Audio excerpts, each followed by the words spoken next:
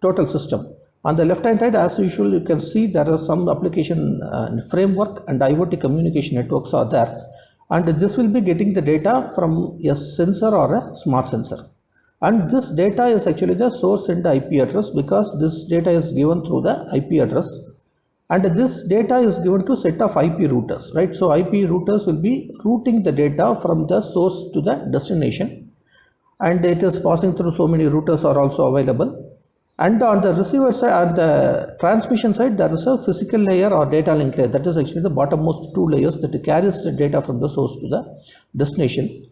On the right hand side, once it comes to the destination end, the data link layer takes the data and that reaches the destination end IP address, and then it is given to the TCP IP, that is the transport layer protocol, and from the transport layer protocol the data is given to the application layer, right? So this is how actually the data from a source, from a sensor or a source of data is getting transmitted into the system. And on the left hand side, you can see data consolidation framework. There is actually a gateway. Already we have studied what is a gateway.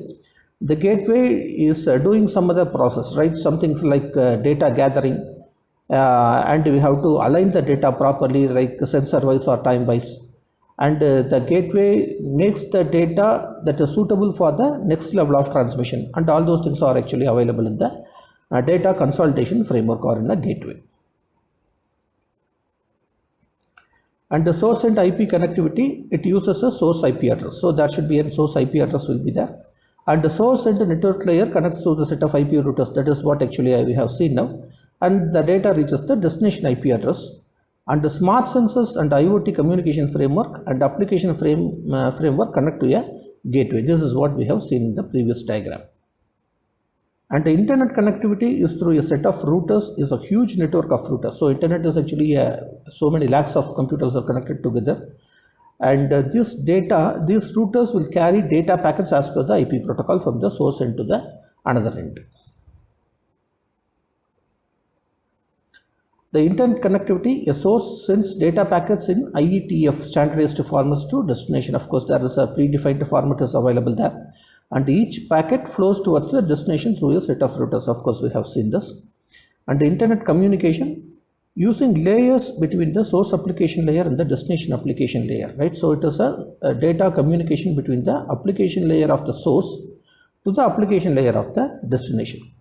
And when the data is transmitted from one layer to the next layer, the actions performed at each layer as per the protocol used in that particular layer. Say for example, we have defined some 7 layers. Each and every layer there will be different protocols will be available. Whenever the data comes from one layer to another layer, the protocol will be performing a few actions based on the necessity, right?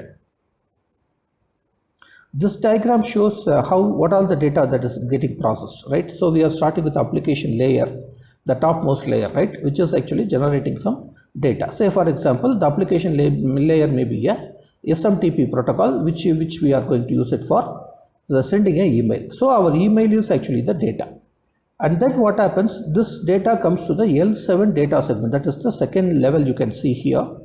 So the L7 data segment, and this application layer adds some header to that. Say for example, when we have returned the mail and which who is the user, right? So all this information will be provided in the L7 header, and then the total L7 header and the L7 data segment will be the combination of these two things will be the data input to the next layer, right? So in that case, actually we are going to have level 4, right?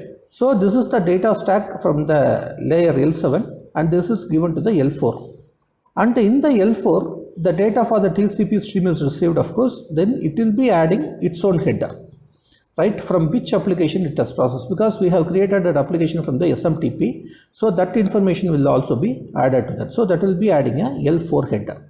Now this L4 header and the data for TCP stream, so these two things are combined together to form the data stack from L4 to the next L4, that is the destination L4. Now this is getting into the L3 level. So here we are going to call it as an IP packet for the network, right? So here what happens, again there are two variations are available. One is actually called as TCP, the other equivalent is called UDP. The TCP protocol and the UDP protocol both are equivalent, while what is the difference between these two things means, The one is TCP is connection oriented protocol, right? Something like you are calling a friend using a phone. So once your call is connected, you can speak it, and as long as you are speaking, the connection will be there for you, right? So that is actually something like a connection oriented service. There is a connectionless service. Say for example, you are sending an SMS. Once the SMS goes out of your mobile phone, you don't have connection with your SMS, right? So it will be automatically reaching the destination, and it will be automatically processed at the destination. So that is actually a connectionless service. So the data can be either sent through a connection oriented or connectionless service, right? Now this is actually coming into the L3. So either we can go for the UDP datagram or a TCP datagram, right? Now we are getting into the data of L3. Here what happens, the data stack from L3 is available there. In this case, there are both header is added as well as some trailing bits are also added. The header, of course, whatever we have seen, it gives an information about from which application it has been generated, and what is the TCP protocol available information, and all those things are available in the L2 header.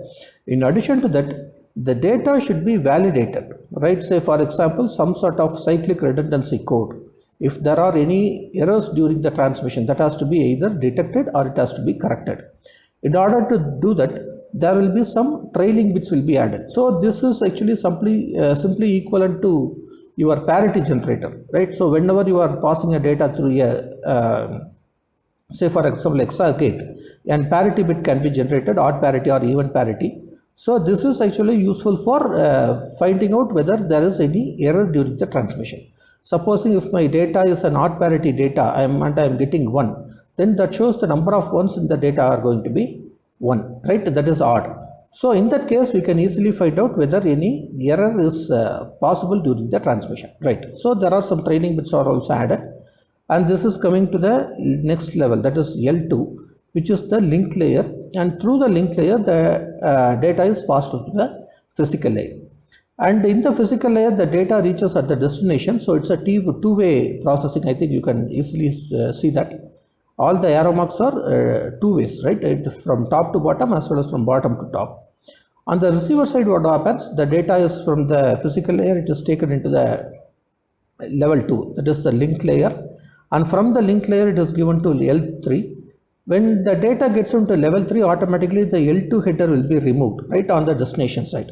Similarly, after verification, the trailing bits also will be removed, and then the data will be passed on to the IP network, that is the level 3. And this is actually the data stack for level 3. Now the level 4 will remove the L4 header after getting the information from it, and the exact data will be given to level 7.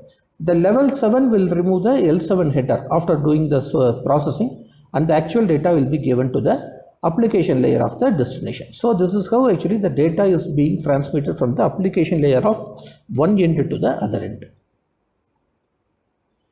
And of course, whatever we have said, that will be available here. Just I will go through this. Layer J, some number J, right, will next specify the new parameters as per the protocol and creates a new stack for each and every lower layers. That is what we have seen. The process continues until the data communicate over the network. That is actually the bottommost physical layer. And what are the upper layers and lower layers? Upper layers uses only the header information.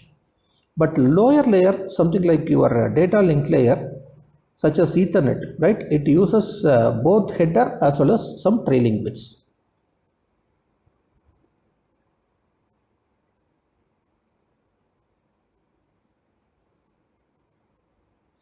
Right, now we are getting into the IP address.